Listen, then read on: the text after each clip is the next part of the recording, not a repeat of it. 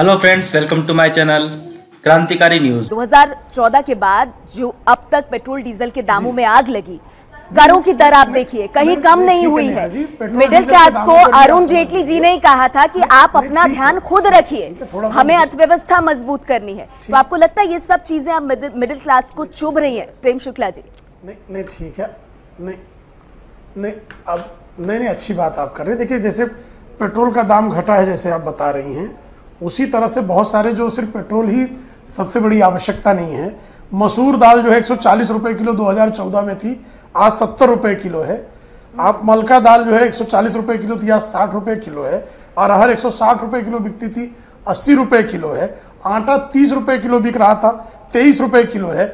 बेसन 140 रुपए किलो था, आज 80 रुपए किलो बिक रहा है। तो मुझे लगता है इसी तरह से एफएमसीजी जो फास्ट मूविंग कंज्यूमर गुड्स जो है, जीएसटी आने के बाद उसमें अधिकांश प्रोडक्ट्स में 5 से लेके 15% ठीक। प्रेम शुक्ला जी, आप कह रहे हैं कि महंगाई की वो मार नहीं पड़ रही है। सिर्फ जो है मेरे साथ प्रेमचंद मिश्रा जी भी मौजूद है। प्रेमचंद मिश्रा जी, कैसे जवाब देंगे जो आप प्रेम शुक्ला जी कह रहे हैं? क्योंकि प्रेम शुक्ला जी कह रहे हैं हम नियंत्रण कर रहे हैं, आप सिर्फ पेट्रोल डीजल को काउंट मत कीजिए, बाकी चीजों को भी आप देखिए। लेकिन आंकड़े ये बता रहे हैं कि 7% घटा है मिडिल क्लास में विश्वास एनडीए के लिए और 5% यूपीए के लिए बढ़ा है।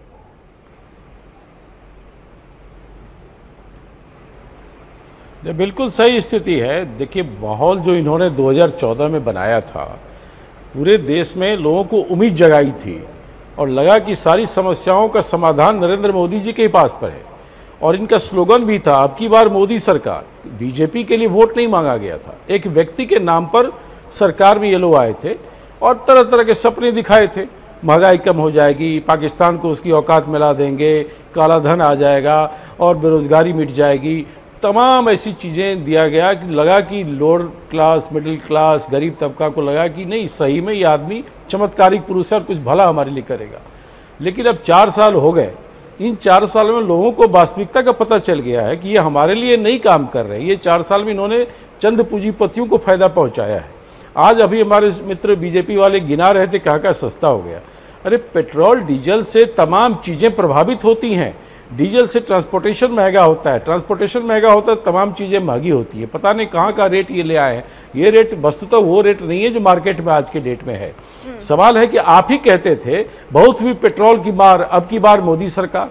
आप उसमें जो कीमत बढ़ता था तो ये लोग कहते थे कि हम तिजोरी भर रहे हैं। आप बात कर रहे हैं कि मिडिल क्लास जो है वो नाराज है, लेकिन देखिए सूट बूट की जो सरकार है लगातार उसके आरोप आप लोग लगाते रहे। प्रधानमंत्री मोदी कहते रहे कि वो गरीबों के साथ हैं, उनकी सरकार आम आदमी की, गरीब की सरकार है। तो एक आंकड़ा हम और देख लेते हैं, उसके बाद मैं फिर से अपने मेहमानों का रुख करूंगी। गरीबों के बीच किस तरह का इकबाल है एनडीए का, या फिर कहें क्या यूपीए के प्रति विश्वास और घटा है, बढ़ा है? तो देखिए, इसके लिए भी आंकड़े हम आपके सामने रखने जा रहे हैं कि अगर गरीबों की बात की जाए तो ये सर्वे क्या कहता है। अगर आज की तारीख में उस तबके के भीतर चुनाव हो जाए तो क्या होगा। देखिए, बड़ी तस्वीर आप देख रहे हैं किस तरह से आ रही है सामने। ये है बड़ी तस्वीर जिसे आप देख रहे हैं।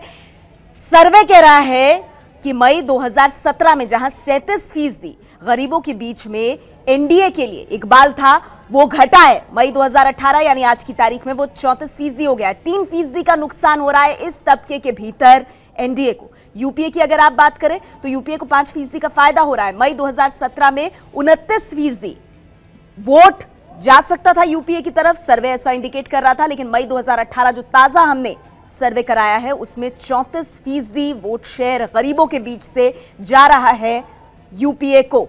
तो 3% का नुकसान गरीबों के बीच में भी एनडीए को होता हुआ दिखाई दे रहा है इस सर्वे में।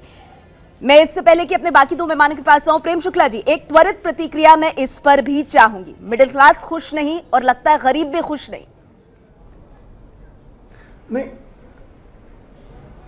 देखिए, लोकनीत के सर्वे में तो, सीएसडीएस के सर्वे में तो 2016 में 182 सीटें बसपा को दे रहे थे और हमको जो है आपने देखा कि 2017 के बाद उनको 19 सीटें आ गई।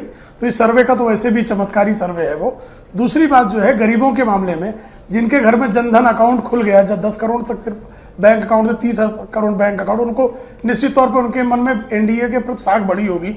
जिनके घर में रसोई गैस पहुंच गई उनके यहाँ भी साख बढ़ी, जिनके यहाँ बिजली पहुंच गई उनके यहाँ भी साख बढ़ी, और डायरेक्ट बेनिफिट ट्रांसफर का जो सीधा सीधा लाभ हो रहा है उनको भी साफ है। लेकिन सीएसडीएस लोकनीति का अपना सर्वे करने का तरीका है। सर्वे करने के तरीके में तो एग्जिट पोल में भी 2017 में भारतीय जनता पार्टी को कि बजाय कांग्रेस और सपा की सरकार बना रहे थे, तो उनका सर्वे उनको मुबारक है। शुक्ला जी, आप मानते हैं खतरे की घंटी नहीं है, एक बार बढ़ा है गरीबों में और मिडिल क्लास में। सरकार आपकी बात पर प्रेम शुक्ला जी, दिलीप मंडल जी कुछ कहना चाहते हैं। दिलीप मंडल जी, प्रेम शुक्ला जी सीधे कह रहे हैं कि अगर आप जनधन अकाउंट खोल रहे हैं, जनधन अकाउंट अगर आप खोल रहे हैं, तो गरीबों के बीच में साख बढ़ेगी, क्यों नहीं? देखिए, मोदी सरकार, शुक्ला जी जो कह रहे हैं, इसमें सरकार है ही ये है, ये तो अमीरों की सरकार है। और इसमें एक समस्या ये आ रही है कि देखिए, ये सरकार जो है, प्रेमचंद मिश्रा जी, एक मिनट सर, दिलीप मंडल जी से मेरा सवाल है, मैं फिर आ जाऊंगी आपके पास सर, उनको भी मौका देते हैं। जी दिलीप मंडल जी। देखिए, सरकार बीजेपी और कांग्रेस की बहुत अलग तरीके से चल रही है, ऐसा मुझे नहीं लगता है। मोटे तौर पर महंगाई वगैरह में, परफॉर्मेंस में कोई जमीन आसमान का फर्क नहीं है। बीजेपी की समस्या ये है कि ये उम्मीदों की सरकार थी, बहुत ज्यादा होप्स क्रिएट किए थे, कोई मिरेकल ये करने वाले हैं। समस्या अब उनकी ये हो गई है कि वो मिरेकल क्रिएट नहीं हो रहा है। मुझे नहीं मालूम कि इस समय वो पेट्रोल की कीमत को कंट्रोल करने के लिए कुछ क्यों नहीं कर रहे हैं। अगर सरकार राजनीति भी कर रही होती तो मुझे लगता है कि 2-4 कंपनियां बेच देती, करंट अकाउंट डेफिसिट पूरा करती और पेट्रोल और डीजल के दाम कंट्रोल करती। ये क्यों नहीं कर पा रही है? निश्चित रूप से कॉर्पोरेट प्रेशर शायद इतना ज्यादा है कंपनियों को प्रॉफिट पहुंचाने का, जिसकी वजह से वो अपनी जनता के ही खिलाफ खड़े हो गए हैं। मुझे लगता है ये बहुत बड़ी समस्या, बड़ा आरोप है एक तरह से। प्रेम शुक्ला जी, जल्दी से आपकी प्रतिक्रिया। कॉर्पोरेट घरानों को खुश करने की इतनी ज्यादा कोशिश दिलीप मंडल जी कह रहे हैं कि आप नहीं देख पा रहे हैं कि मिडिल क्लास और गरीब परेशान है। लेकिन सरकार जो है, आप पिछले 4 वर्षों में पेट्रोलियम पदार्थों की कीमत 90% प्रतिमाह के औसत से और 4.25 रुपए प्रतिमाह औसत से यूपीए के सरकार के दौर में बढ़ी थी कीमतें। लोग अच्छी तरह से इसको जानते हैं। दूसरी बात, हमने जो है पूरी तरह से जो है पेट्रोलियम पदार्थों के दामों को नियंत्रित करने के लिए हमारी कार्य योजना पर काम हो रहा है। हम बाजार के भरोसे सारे लोगों को छोड़ दें, इस बात पर विश्वास नहीं रखते। निश्चित रूप से कमजोर हुई है। 2-3 बहुत ठोस वजह हैं।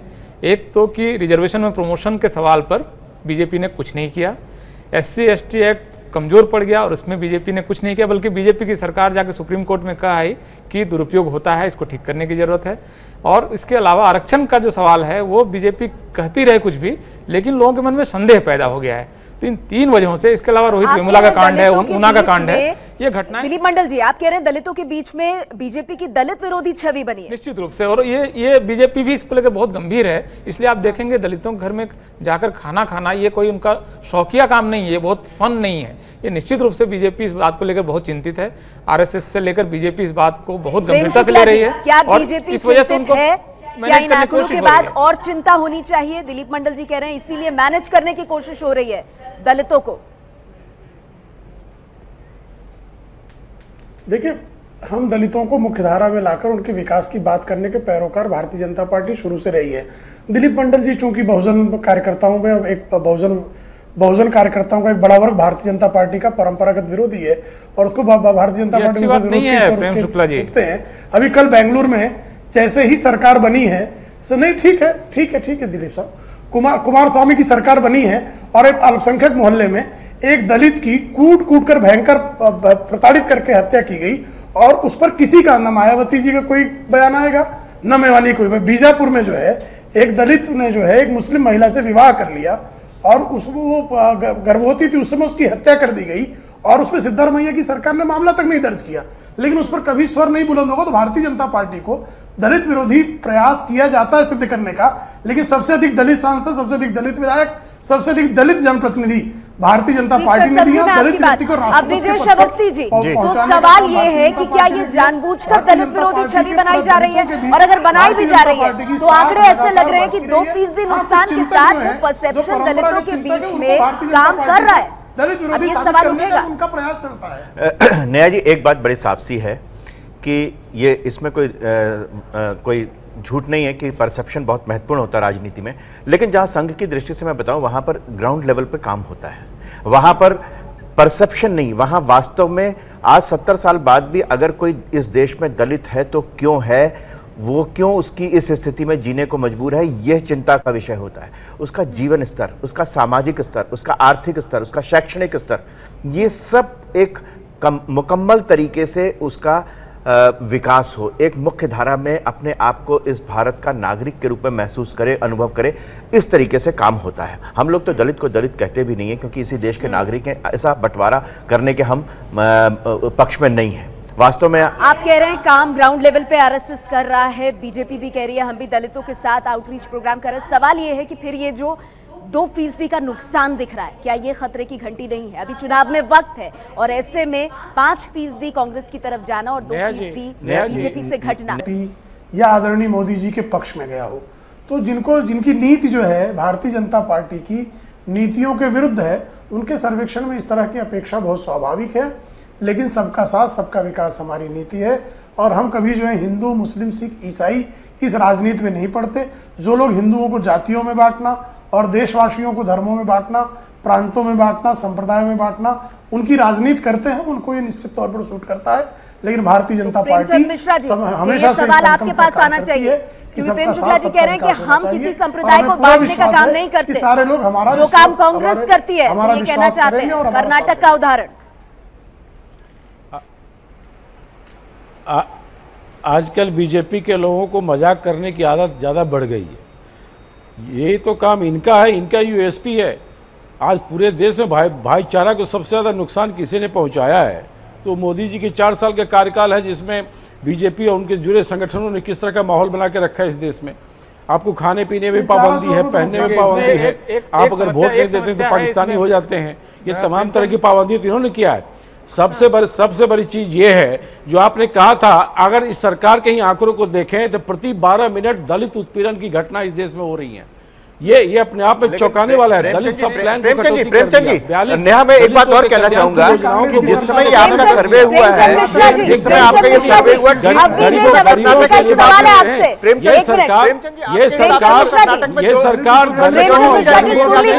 ये सरकार महिलाओं के लिए, सवाल है सर, अवनीश अवस्थी जी का आप ही से सवाल है।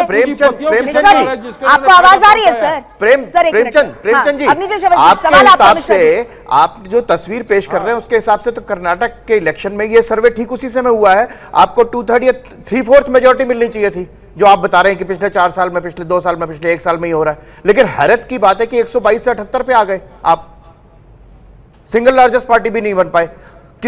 आप गुजरात देख लीजिए, हिमाचल देख लीजिए, त्रिपुरा देख लीजिए, कहीं भी देख लीजिए आप, कहीं भी देख लीजिए आप, कहीं भी देख लीजिए। लेकिन कर्नाटक, मैं सिर्फ प्रेमचंद जी आपको बता रहा हूं कि आपके खाने पीने पे पाबंदी है, खाने पीने पे पाबंदी आप देख रहे हैं। सुन लीजिए आप नहीं आप भी, अरे अब सुन लीजिए ना, अब सुन लीजिए, बात नहीं है बात, ये सवाल एक और है, महत्वपूर्ण बात ये सुन लीजिए। आपको विधानसभा बताना चाहिए और वोट देते समय ये भी व्यक्ति ध्यान रखता है कि जिस व्यक्ति को वोट देना उसको आरसीसी के बारे में मालूम है कि नहीं, उसको ये मालूम है कि नहीं, दलित ये जानते हैं कि नहीं कि वो बाबा साहब अम्बेडकर एनआरआई थे। जो व्यक्ति ये कहता है कि बाबा साहब अम्बेडकर एनआरआई थे, उसको कौन दलित आज वोट देना चाहेगा? ये भी तो देखिए ना आप। एक मिनट रुकिए, ये आप नहीं बताते। आप प्रेमचंद मिश्रा जी जल्दी से आपका जवाब, फिर दिलीप जी के पास जाना है मुझे। जवाब सुनिए ना, अरे जवाब सुनिए। एनसीसी के बारे में जवाब दे रहे हैं लीजिए। एनसीसी और एमआरआई के बारे में विधानसभा और लोकसभा चुनाव के अलग अलग कारण होते हैं। अवनीश जी एक मिनट, कर्नाटक के चुनाव राज्य सरकार के लिए हुआ था और लोकसभा के चुनाव प्रधानमंत्री के लिए होता है। पिछला 10 लोकसभा के चुनाव में अब आप बहुमत खो चुके हैं। अब आपके पास 272 का आंकड़ा नहीं रहा है। अरे आप सब चारों साथ मत बोलिए, एक एक करके। अवनीश जी, दिलीप जी एक मिनट सर, एक मिनट सर, बहुत कंफ्यूजन हो रहा है। जिसने समाज को धोखा दिया, नहीं प्रेमचंद मिश्रा जी, आप इस सर्वे के जो आंकड़े देख रहे हैं प्रेमचंद मिश्रा जी, वो आंकड़े जो हैं, सुनिए प्रेमचंद मिश्रा जी, उन्हीं आंकड़ों में आज की तारीख में अगर चुनाव होते हैं प्रेमचंद मिश्रा जी, 274 सीटें एनडीए को जा रही हैं।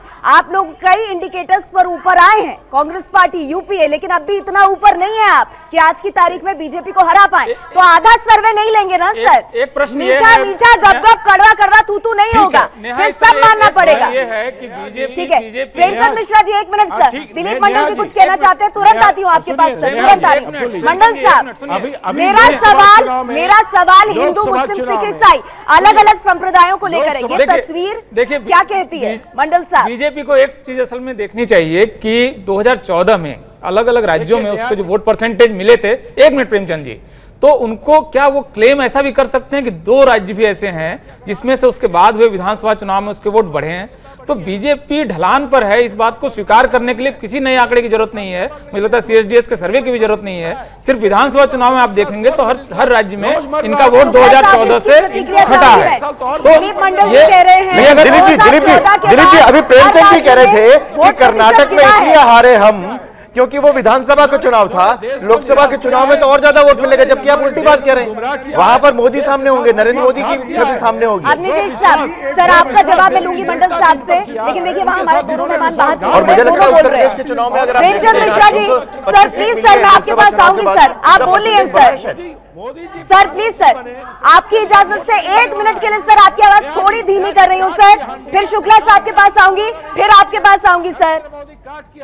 अरे सुनिए ना सर, आपकी बात का जवाब तो देने दीजिए प्रेम शुक्ला जी को। आप दोनों के नाम प्रेम से शुरू होते हैं, मुझे लगता है इसीलिए थोड़ा आज कंफ्यूजन हो रहा है। प्रेम शुक्ला जी, जो बात दिलीप मंडल जी ने कही वो कह रहे हैं कि CSDS के सर्वे की जरूरत नहीं है। 2014 के बाद जो भी चुनाव हुए हैं आप लोग ढलान पर रहे हैं वोट प्रतिशत के मामले में, बीजेपी ढलान पर है, ये उनके शब्द है। इसका जवाब आप कैसे देंगे प्रेम शुक्ला जी? एक छोटी सी बात बता दूं, अभी एक मिनट जी, कॉम्प्लिकेट मत कीजिए सर प्लीज, एक जवाब लेने दीजिए फिर तुरंत आती हूं। मंडल जी की जानकारी के लिए बता दें, आज ही जो है एक महत्वपूर्ण समाचार पत्र में आज ही इसका बहुत बेहतरीन विश्लेषण प्रकाशित हुआ है, जिसके अनुसार लोकसभा चुनाव के बाद विधानसभा चुनाव में भारतीय जनता पार्टी के जो विविध विधानसभा चुनाव में भारतीय जनता पार्टी के मतों के प्रतिशत में 7% से अधिक वृद्धि दर्ज हुई है। और इंडियन एक्सप्रेस के आज ओपेट पेज को कृपा करके निकालकर ठीक से पढ़ लिया जाए।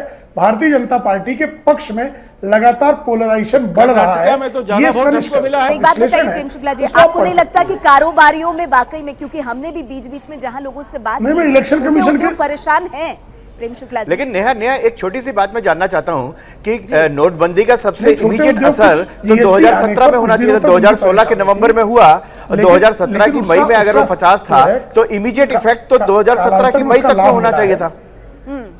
तो नोटबंदी का असर जिसके बारे में वो कह रहे थे, अपने एक नेता कह रहे थे कि नवंबर दिसंबर की गर्मियों में लाइन में लगा दिया लोगों को, उन पर नवंबर दिसंबर की गर्मियों में लाइन में लगा दिया। तो अगर इमीडिएट असर होना चाहिए था तो 2017 के उसमें होना चाहिए था। आपने सुना जो बात अभिजीत जी कह रहे हैं, बड़े बड़े पूंजीपतियों को, तो जो छोटे एक नाम आप नहीं बता सकते, कारोबारी, अरे बड़े बड़े पूंजीपतियों में से एक नाम बताइए जिसका टैक्स माफ किया है। सबसे सच्चाई एक नाम बताइए आप। 2014 के बाद सब खुल रहे हैं, किसकी कहा 13 देशों में, अरे ऐसे तो मंत्री जिनकी 13 देशों में संपत्तियां हैं उनके बारे में बताइए ना।